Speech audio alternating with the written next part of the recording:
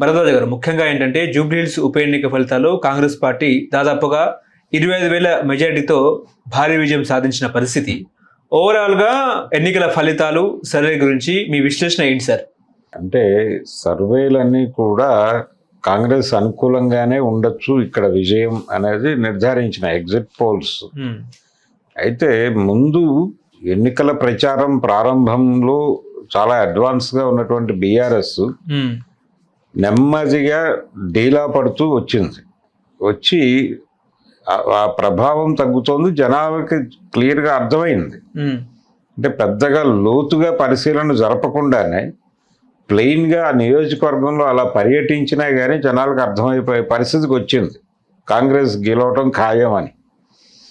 అది చాలా వాస్తవమైనటువంటి పరిస్థితి. ఎందుకు ఇలా జరుగుతోంది అనేది పట్టించుకుని దానికి కౌంటర్ ఆపరేషన్ ఏం చేయాలనేటువంటి మెకానిజం కూడా అవతల వాళ్ళ నుంచి కనిపించకపోవడం. ఇప్పుడు కేసీఆర్ ఒకసారైనా వచ్చి ఉండాలి, సీఎం 4 సార్లు తిరిగాడు అక్కడ, కనీసం ఆయన ఒక్కసారైనా వచ్చి ఉండాలి కదా.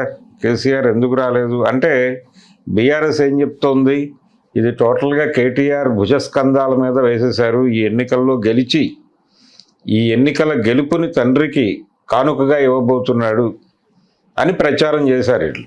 కానీ జరగలేదు కదా, పని అయితే జరగలేదు.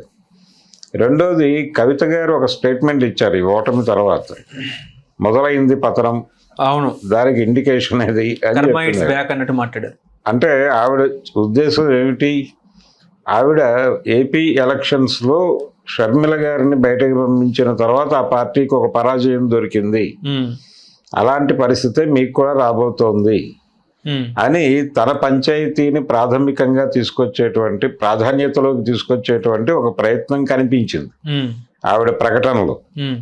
సో బీఆర్ఎస్ అనేది ఎందుకు ప్రభావాన్ని కోల్పోయింది అనేది కనుక చూస్తే, బీఆర్ఎస్కి జనాల్లో ఆదరణ తగ్గింది. ఈ ఎన్నికల వలన, జూబ్లీ ఎన్నికల వలన బీఆర్ఎస్ పరిస్థితిని అంచనా వేయటం తప్పు. ఎందుకంటే బీఆర్ఎస్ అని కాదు, జనరల్గానే సిటీ ఓటర్ ఆలోచన సరళి వేరుగా ఉంటుంది. ఇక్కడ ప్రధానంగా ఉన్నవి సెటిలర్స్ ఓట్లు. ఫిలిం నగర్ కావచ్చు, కృష్ణానగర్ కావచ్చు, సినిమా ఓటర్లందరూ ఎక్కడెక్కడి నుంచో వచ్చి ఇక్కడ సమీకరణ జరుపుకున్న వాళ్ళే, వాళ్ళెవరూ నేటివ్ ఓటర్స్ కాదు. వాళ్ళలో చాలామందికి ఇక్కడ ఓటు హక్కు కూడా లేదు అనే ఒక విషయాన్ని గుర్తుపెట్టుకోవాల్సిన అవసరం ఉంది. కానీ సినిమా ఫెటర్నిటీ నుంచి ఓట్లు విపరీతంగా పడ్డాయని ప్రచారం జరుగుతోంది. ఆ కుటుంబం నుంచి విపరీతంగా ఓట్లు పడ్డాయని. ఎక్కడి నుంచి పడ్డాయి ఈ ఓట్లన్నీ, ఎందుకు పడ్డాయంటే వాళ్ళు అధికారంలో ఉన్న వాళ్ళకి అండగా నిలబడటం అనేది వాళ్ళ ఆచారం. ఎందుకు, బయటూరు నుంచి వచ్చిన వాడు జనరల్గా వాళ్ళ సైకాలజీ ఎలా ఉంటుందంటే, లోకల్గా ఎవడైతే బలంగా ఉన్నాడో వాడి అండ కోరుకుంటారు. అది మానవ నైజం. ఆ నైజం ప్రకారం ఈ ఓటర్లందరూ ప్రో కాంగ్రెస్ వెళ్ళటం అనేది ఖాయం. ఇదే ఫలితం రేపు పొద్దున్న సార్వత్రిక ఎన్నికల్లో కూడా కనిపించబోతోంది. అంటే ఇదే రిపీట్ కాబోతోంది అని చెప్పి చాలామంది మాట్లాడేస్తున్నారు, కానీ అలా ఉండే అవకాశం లేదు. ఇది తెలంగాణలో జరగబోయే ఎన్నికలకు రెఫరెండంగా జూబ్లీ ఎన్నికను చూడటం తప్పు. ఈ ఫలితం ఇక్కడ వరకే పరిమితం. ఎప్పుడైనా సరే హైదరాబాద్ ఓటరు రేపు జరగబోయేటువంటి కార్పొరేషన్ ఎలక్షన్స్లో కూడా కాంగ్రెస్కే లీడ్ ఉంటుంది. కార్పొరేషన్ ఎలక్షన్స్ అలాగే ఇక్కడ జరిగేటువంటి లోకల్ బాడీ ఎలక్షన్స్, లోకల్ వరకు మాత్రమే, సిటీ సరౌండింగ్స్లో జరగబోయే లోకల్ బాడీ ఎలక్షన్స్లో కూడా కాంగ్రెస్ పార్టీయే ప్రభావం చూపిస్తుంది నిర్మోహమాటంగా. కానీ రేపు జరగబోయేటువంటి జడ్పీటీసీలు ఈ ఎన్నికలు ఉన్నాయి. ఆ ఎన్నికల్లో ఈ పరిధి దాటిన తర్వాత ఏం జరుగుతుంది అనేది చెప్పడం కష్టం. కాబట్టి సిటీ ఓటర్ ఎప్పుడు అధికార పార్టీకి అనుకూలంగానే ఉన్నాడు కాబట్టి అందులో భాగంగానే ఇప్పుడు కూడా ఉన్నారు. సెటిలర్ ఓట్లు ఎప్పుడు కూడా ఎవరు అధికారంలో ఉంటే వాళ్ళకు అనుకూలంగానే ఉంటాయి. కృష్ణానగరు మాత్రమే కాదు, ఇందులో లింక్ అయి ఉన్నటువంటి రహమత్ నగర్లో కూడా, రహమత్ నగరు, కార్మిక నగరు, ఆ ఏరియాలో ముస్లిం ఓటర్స్ కూడా ఉన్నారు, నేటివ్ ఓట్లు ఉన్నాయి కొన్ని. ఆ నేటివ్ ఓట్లు కూడా కాంగ్రెస్కి వెళ్ళినాయి. సెటిలర్ ఓట్లు కూడా ఆ ఏరియాలో సెటిలర్ డామినేషన్ కూడా ఎక్కువే. పర్టికులర్గా గోదావరి జిల్లాల నుంచి వచ్చేసిన వాళ్ళు చాలామంది కనిపిస్తారు అక్కడ. వీళ్ళందరూ సనత్ నగర్ యువతల వరకు ఈ విస్తరించి ఉన్నటువంటి ఈ బెల్ట్, ఆ బెల్ట్ మొత్తం కూడా సాలిడ్గా కాంగ్రెస్ టర్న్ తీసుకున్నారు. నేటివ్ ఓటర్లు కూడా బీఆర్ఎస్ వైపు వెళ్ళలేదు. అందుకని మీకు ఆ డబ్బాలు ఓపెన్ చేయగానే కాంగ్రెస్ పార్టీ నిజానికి 10,000 అని చెప్పి సీఎం గారు చెప్పాడు మెజారిటీ. ఇది 10,000 కన్నా ఎక్కువ మెజారిటీతో నేను తమ్ముడిని గెలిపించుకుంటాను అన్నాడు ఆయన. అంటే 10,000 అనేది ఆయన అంచనాగా మనం అనుకుంటే కనీసం 7-8 ఓట్ల తేడాతో ఆయన గెలిచే అవకాశం ఉంది అనేది అంతిమంగా పోల్ అయిపోయిన తర్వాత వచ్చినటువంటి ఒక కంక్లూజన్. చావు తప్పి కన్నులొట్టపోయి కాంగ్రెస్ పార్టీ గెలవబోతోంది అని కాంగ్రెస్తో ట్రావెల్ అయినటువంటి కొంతమంది వ్యాపారస్తులు అన్నమాట. కాబట్టి ఇవన్నీ పక్కకు నెట్టేసి 20,000 భారీ మెజారిటీతో ఆయన గెలవటం అనేది చూస్తున్నాం ఇప్పుడు. ఈ ఓట్లన్నీ కూడా ఎక్కడి నుంచి వచ్చినాయంటే సెటిలర్ బ్యాకప్ నుంచి వచ్చినాయి. విచిత్రంగా ఈ ఏరియాలో సెటిలర్ ఓటర్లకు తోడు నేటివ్ ఓటర్స్లో 70% ముస్లిం ఓటర్స్ ఉన్నారు. ఈ 70% ముస్లిం ఓట్లు కూడా కాంగ్రెస్ అనుకూలంగా వెళ్ళినాయి. వెళ్ళటము బీజేపీ సాంప్రదాయ ఓట్లు కూడా ఈసారి చెల్లాచెదురైనాయి. అవి కూడా కొంత కాంగ్రెస్ టర్న్ తీసుకున్నాయి. ఇవన్నీ కలగలిసి కాంగ్రెస్ పార్టీ ఇక్కడ గెలిచింది తప్ప జూబ్లీ నియోజకవర్గంలో వచ్చే ఎన్నికల్లో ఇదే ఫలితం రిపీట్ అవుతుందని చెప్పలేం. అలాగే ఈ ఫలితమే తెలంగాణ ఎన్నికల్లో రిపీట్ అవుతుందని కూడా చెప్పలేం. డెఫినెట్గా మార్పు కోరుకునే ఛాన్స్ ఉంది. ప్రభుత్వ వ్యతిరేకత ప్రజలలో ఉంది. అది కొంత మేరకు ఇక్కడ నష్టం కలిగిస్తుంది అని ముందు నుంచి చాలామంది మాట్లాడుతూ వస్తున్నారు. ఇక్కడ నష్టం చేస్తుందని నేను అనుకోలేదు. ఎందుకంటే ఇక్కడ ఆయన చాలా హామీలు ఇచ్చాడు. కృష్ణానగర్లో 3 ఎకరాలలో స్కూల్ నిర్మిస్తాను అని హామీ ఇచ్చాడు. ఏది నిజానికి అది ఎలక్షన్ కోడ్ ఉల్లంఘనే. ఎలక్షన్ కోడ్ వచ్చేసిన తర్వాత సినిమా కార్మిక సంఘాల వాళ్ళు ఫెడరేషన్ వాళ్ళు ఈయనకు ఒక సత్కార కార్యక్రమం చేశారు వ్యూహాత్మకంగా. అది యూసఫ్గూడలో జరిగింది ఆ కార్యక్రమం. అది ఎన్నికల ప్రచార సభగానే జరిగింది. దానిలో వల్లభనేని అనిల్ ఉన్నాడు. అలాగే ఆ ఫెడరేషన్కి చెందినటువంటి ఇతర నాయకులు కూడా ఉన్నారు. వీళ్ళందరి సమక్షంలో ఆయన 3 ఎకరాలలో ఒక అద్భుతమైన కార్పొరేట్ లెవెల్ స్కూల్ ఒకటి నిర్మించబోతున్నాను ఇక్కడ అని చెప్పాడు. సినిమా కార్మికులు పొద్దున్నే పనులకు వెళ్ళిపోతారు, 3ంటికే వెళ్ళిపోతారు. కాబట్టి వాళ్ళ పిల్లలకి స్నానాలు చేయించి ఇక్కడికి పంపిస్తే బ్రేక్ఫాస్ట్ నుంచి మేమే పెడతాం ఉచితంగా అని కూడా ఒక ప్రకటన చేశాడు ఆయన. దీంతో పాటు ఫ్యూచర్ సిటీ అని నిర్మించబోయేటువంటి పట్టణంలో సినిమా స్టూడియోల నిర్మాణానికి స్థలాలు కేటాయిస్తాం, ప్రాపర్గా మీరు డాక్యుమెంట్స్తో వస్తే అని ఫిలిం నగర్లో ఉన్నటువంటి ఓటర్లకు కూడా ఒక సూచన ఇక్కడి నుంచే చేశాడు. నిజానికి కార్మికులు చేసినటువంటి ఒక సన్మాన కార్యక్రమంలో కార్మికుల వరకే పరిమితమై మాట్లాడాలి. కానీ ఆయన నిర్మాతలకి అందరికీ ఆఫర్ల మీద ఆఫర్లు ఇచ్చాడు ఆ రోజు అక్కడ. దాని మీద ఎవరు ఎలక్షన్ కోడ్ వయలేషన్ కేసు వేయలేదు ఆయన మీద. ఒకళ్ళిద్దరు ప్రయత్నం చేసినా కానీ ఆయన చెప్పిన మాట ఏంటంటే, వాళ్ళు నన్ను పిలిచారు సన్మానానికి, అక్కడికి వెళ్ళాక వాళ్ళకి ఏదో చేస్తానని చెప్పాలి కాబట్టి చెప్పాను, ఇది ఎలక్షన్కి దీనికి సంబంధం లేదని చెప్పాడు ఆయన. కానీ ఆ కార్యక్రమం జరిగింది నియోజకవర్గపు నడిబొడ్డులో, యూసఫ్గూడలో జరిగింది. అది ఆయన కృష్ణానగర్లోనే నిలబడి ప్రజలను ఉద్దేశించి మాట్లాడాడు. నిర్మాతల గురించి మాట్లాడాల్సిన అవసరం లేదు అక్కడ, అది కార్మికుల ప్రోగ్రాము. కానీ స్టూడియోల నిర్మాణానికి ఫ్యూచర్ సిటీలో స్థలాలు ఇస్తాను అని చెప్పడం ఎలక్షన్ కోడ్ ఉల్లంఘన కిందకు వస్తుందని ఎవరూ పట్టించుకోలేదు. ఈ లెవెల్ ఉల్లంఘనలు అనేకం జరిగినాయి అక్కడ మొన్న జరిగినటువంటి ఎన్నికల సందర్భంగా. సో ఇవన్నీ కలగలిసి కాంగ్రెస్ పార్టీని ఆ స్థాయికి తీసుకొచ్చింది. కానీ వచ్చే ఎన్నికలలో ఇదే పరిస్థితి రిపీట్ అవుతుందని చెప్పడం సాధ్యం కాదు. ఈ ఎన్నిక ఎట్టి పరిస్థితుల్లోనూ రెఫరెండంగా ఇదేదో ఒక భవిష్యత్తులో జరగబోయేటువంటి కాంగ్రెస్ పార్టీ ఇక్కడ సుస్థిరంగా ఉంటుందని చెప్పలేం. అలాగే ఒక బలమైన ఇండికేషన్ ఏంటంటే త్వరలో అంటే వచ్చే ఎన్నికలలో తెలంగాణలో కాంగ్రెస్ని బీజేపీ రీప్లేస్ చేసేటువంటి ఛాన్స్ అయితే పెరుగుతోంది. ఒక ప్రమాదం ముంచుకొస్తోంది. ఇక్కడ కాంగ్రెస్ పార్టీ నాయకులు కూడా అప్రమత్తంగా ఉండాల్సినటువంటి అవసరం ఉంది. నెమ్మదిగా తమ టక్కుటమ్మార గజకర్ణ గోకర్ణ విద్యలతో తెలంగాణలో బీజేపీ శ్రేణులు ల్యాండ్ అవ్వబోతున్నాయి. ఇక్కడ రిజల్ట్ని, ప్రజాభిప్రాయాన్ని తమకు అనుకూలంగా మలుచుకోవడానికి ఏమేం చెయ్యాలో ఆ కార్యక్రమాలనే నిర్వహించడానికి వాళ్ళు ఇక్కడి నుంచి ఈగర్గా పనిచేసి 2-3 ఏళ్లలో కూపప్ చేసి కాంగ్రెస్ పార్టీని అలా పక్కన కూర్చోబెట్టేటువంటి ఛాన్సులు బలంగా కనిపిస్తున్నాయి. ఇప్పుడు రాహుల్ గాంధీని కలవడానికి ఢిల్లీకి వెళ్ళినటువంటి ముఖ్యమంత్రి గారు, ఈ ఎమ్మెల్యే గారు, వీరితో ఉన్నటువంటి ఇంకొందరు నాయకులు కూడా గోడ దూకినా ఆశ్చర్యం లేదు. ఓకే, ఇటువంటి ఒక భవిష్యత్తు కాంగ్రెస్ పార్టీ గెలుపు నుంచి ఏమాత్రమూ ఆనందపడలేని పరిస్థితి సాంప్రదాయ కాంగ్రెస్ నాయకుల్లో మొదలైంది. సాంప్రదాయ కాంగ్రెస్ నాయకులు భయపడుతున్నారు ఇప్పుడు ఈ ఫలితం చూసి. ఏదో జరగబోతోంది, దీన్ని వాంటెడ్గా మనకు నిలబెట్టారు తప్ప వాళ్ళు తలుచుకుంటే మనం గెలిచుండేవాళ్ళం కాదు అనేటువంటి ధైర్యం, అభిప్రాయం వాళ్ళల్లో ఉంది. లేదని అనుకోవడం పొరపాటు. రేపు స్థానిక సంస్థల ఎన్నికల మీద ఈ ఫలితాలు ప్రభావం ఉండే అవకాశం ఉంటుందా? సిటీ పరిధిలోనే, పరిధి దాటితే తేడా జరిగే అవకాశం ఉంది. బీఆర్ఎస్కి అనుకూలంగా ఓట్లు పడి బీఆర్ఎస్ కొన్ని స్థానాలు గెలిచే అవకాశం కూడా ఉండొచ్చు లోకల్ బాడీ ఎలక్షన్స్లో.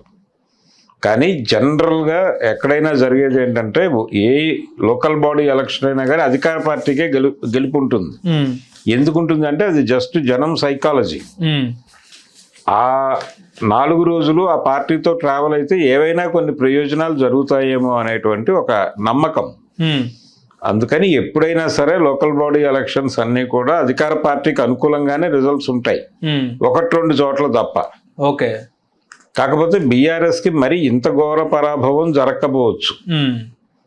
రేపు జరగబోయేటువంటి లోకల్ బాడీ ఎలక్షన్స్లో కొంతమేరకు వాళ్ళు బయటపడే అవకాశం అయితే కనిపిస్తోంది. ఓకే, ఇప్పుడు రేవంత్ 2.0 అంటే జూబ్లీ హిల్స్ ఉప ఎన్నిక గెలిచిన తర్వాత సీన్ మారిపోయింది అంటారా? ఇప్పుడు రేవంత్ 2.0లో భాగంగా రేపు మంత్రివర్గ ప్రక్షాళన కూడా ఉంది, కొత్త వారికి అవకాశం కల్పించాలని కూడా మాట్లాడుతున్నారు. అదేవిధంగా యాదవ్ సామాజిక వర్గం బలంగా హైదరాబాద్లో ఉంది కాబట్టి ఖచ్చితంగా బీసీలకి ఒక మినిస్టర్ పదవి అంటే నవీన్ యాదవ్ రూపంలో ఏమైనా ఇస్తారా అనేది కూడా చర్చ నడుస్తూ ఉంది. మీరేం చెప్తారు సార్ దీని మీద? మంత్రి పదవి ఇచ్చినా ఇవ్వచ్చు, ఆయన నా తమ్ముడు అని చెప్పి ఓన్ చేసుకుని మాట్లాడాడు ఎన్నికల ప్రచారంలో భాగంగా. మంత్రివర్గ విస్తరణలో ఈయనకి ఏదో ఒక అవకాశం కల్పించి ఎక్కడో చోట అకామిడేట్ చేసినా చేయవచ్చు. ఎందుకంటే భవిష్యత్తు దృష్ట్యా చూస్తే ఇతన్ని స్ట్రెంగ్థెన్ చేయవలసిన అవసరం అయితే ఉంది అక్కడ. ఇతన్ని కొంచెం బలోపేతం చేసి నిలబెట్టడం ద్వారా నియోజకవర్గంలో కాంగ్రెస్ పార్టీకి ఒక బేస్ తయారవుతుంది. అంటే దాదాపుగా 3 ఎన్నికల నుంచి అక్కడ కాంగ్రెస్ ఉనికి లేదు. ఆ ఉనికి లేని నియోజకవర్గంలో ఉనికిని ఇంకొంతకాలం కొనసాగేలాగా నిలబెట్టుకోవాలంటే ప్రజలతో ఇలాంటి కాంట్రాక్ట్స్ ఏవో పెట్టుకోవాలి. ఆ పెట్టుకోవడంలో భాగంగా ఈ స్కీమ్లన్నీ వర్కౌట్ చేస్తారు. డెఫినెట్గా ఆ ప్రాంతపు ప్రజలు వాళ్ళ మనోభావాలు ఇవన్నీ దృష్టిలో పెట్టుకునే కార్యక్రమ రూపకల్పన జరుగుతుంది. కానీ బీహార్ ఎన్నికలో చతికిలబడ్డ కాంగ్రెస్ ఇప్పుడు జూబ్లీ హిల్స్ ఉప ఎన్నికలో రేవంత్ 2.0 అని చెప్పేసి రకరకాలుగా మాట్లాడుకుంటున్నారు. అంతవరకే రేవంత్ రెడ్డి గారి ప్రభావము లేకపోతే మరొకరి ప్రభావము ఇంకా సీరియస్గా పట్టించుకుంటే ఇక్కడ సునీత గారి అభ్యర్థిత్వం మీద కూడా బోల్డ్ కథనాలు నడిచినాయి. ఓకే, ఆవిడ గోపీనాథ్ గారికి అధికారిక భార్య కాదు అని వారి కుటుంబ సభ్యులే నేరుగా గోపీనాథ్ గారి మదరు, గోపీనాథ్ గారి వైఫ్, గోపీనాథ్ గారి కుమారుడు ప్రెస్ కాన్ఫరెన్స్ పెట్టి మాట్లాడారు కదా. అవును, దాని మీద కూడా సీరియస్గా అటాక్ చేయలేకపోయింది బీఆర్ఎస్ నాయకత్వం. అది సునీత గారు మాట్లాడకూడదు, అది మాట్లాడాల్సినటువంటి అవసరం నాయకత్వానికి ఉంది. నాయకత్వం అంటే కేసీఆర్ కనీసం ఒక ప్రెస్ మీట్ పెట్టైనా మాట్లాడి ఉండాల్సింది. ఒక ఆడకూతురు మీద ఇలాంటి అభాండాలు వేస్తారా? ఏం మనుషులయ్యా మీరు?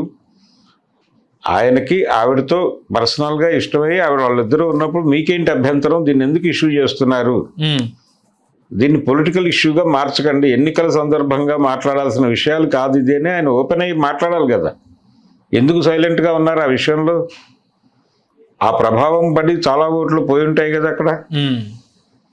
కాబట్టి ఒక గందరగోళపు స్థితి అయితే ఉంది.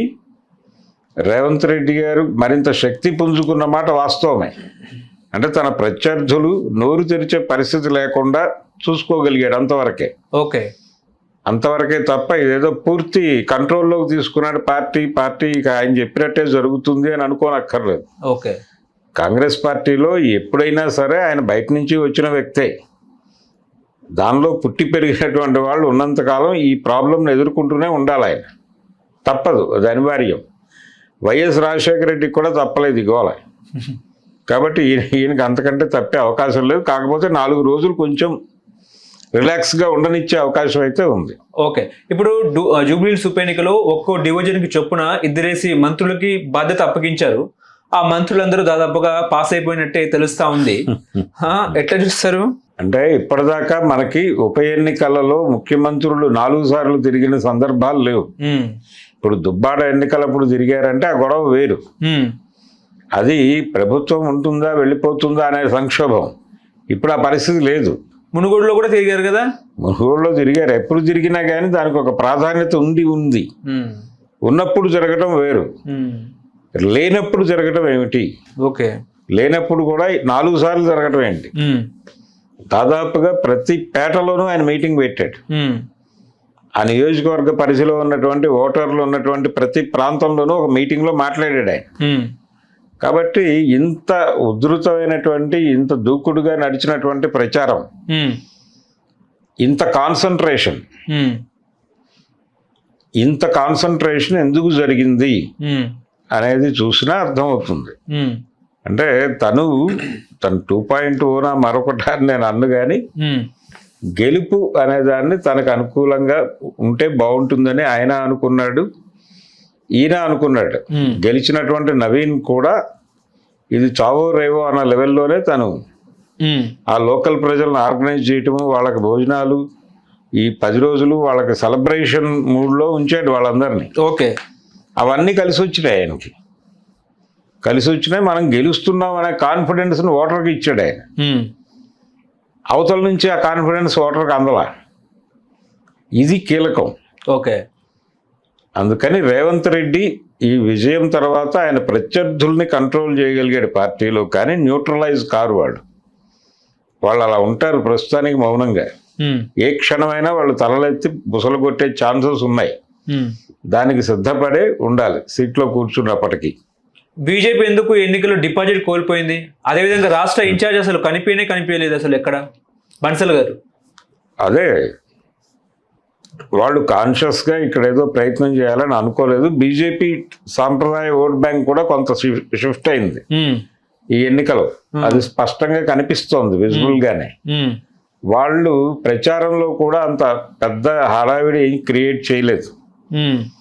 చాలా నార్మల్గానే వాళ్ళ ప్రచారం జరిగింది. లంకల్ దీపక్ రెడ్డి ఆయన గత ఎన్నికలో సాధించినవన్నీ ఓట్లు కూడా ఆయన సాధించలేనటువంటి ఒక విచిత్రమైన పరిస్థితికి వెళ్ళిపోయాడు. ఏమిటి కారణం? కేంద్రంలో అధికారంలో ఉంది పార్టీ, ఆయన జోష్ చూపించాలి కదా అంటే ఆ జోష్ చూపించలేనటువంటి పరిస్థితి అక్కడ ఉండింది. నియోజకవర్గ పరిధిలో కొన్ని ప్రాంతాల్లో మాత్రమే వీళ్ళకి హోల్డ్ ఉంది, మిగిలిన ప్రాంతాల మీద వీళ్ళకి పట్టు లేదు. రెండోది మైనారిటీల్లో, అన్ని రకాల మైనారిటీలు ఉన్నటువంటి ప్రాంతాలు ఎక్కువ. మీకు కృష్ణానగరు, లేకపోతే రహమత్ నగరు, లేకపోతే కార్మిక నగరు, ఈ వ్యవహారం యూసఫ్గూడ పార్ట్లు, వీటన్నిటి నిండా ఉన్నటువంటి వాళ్ళల్లో వీళ్లతో అసోసియేట్ అయి నడిచేటువంటి వాళ్ళకంటే కూడా వ్యతిరేకులు, ఇతర కులాల వాళ్ళు, ఇతర మతాల వాళ్ళు ఎక్కువ మంది ఉన్నారు అక్కడ. ఇతర మతాల వాళ్ళు ఎక్కువ ఉన్నారు. గురుద్వారా ఉంది అక్కడ. వాళ్ళందరూ కాన్షియస్గా ఇటువైపు ఉంటారు అని అనుకోలేం కదా. అలాగే ముస్లిం ఓటర్స్ అందరూ వీళ్ళ వైపు ఎలాగూ నిలబడరు. ఇలాంటి రకరకాల బలహీనతలు ఉన్నటువంటి నియోజకవర్గం కాబట్టి వీళ్ళు తమ ప్రెజెన్స్ ఉండాలని నిలబడ్డారు తప్ప ఇక్కడ గెలుస్తామనే ఆశతో నిలబడినట్టుగా నేను అనుకోవడం లేదు. పోటీలో తాము ఉండాలి, తాము మాట్లాడాలి అనే ఉద్దేశంతో రంగంలోకి దింపారు.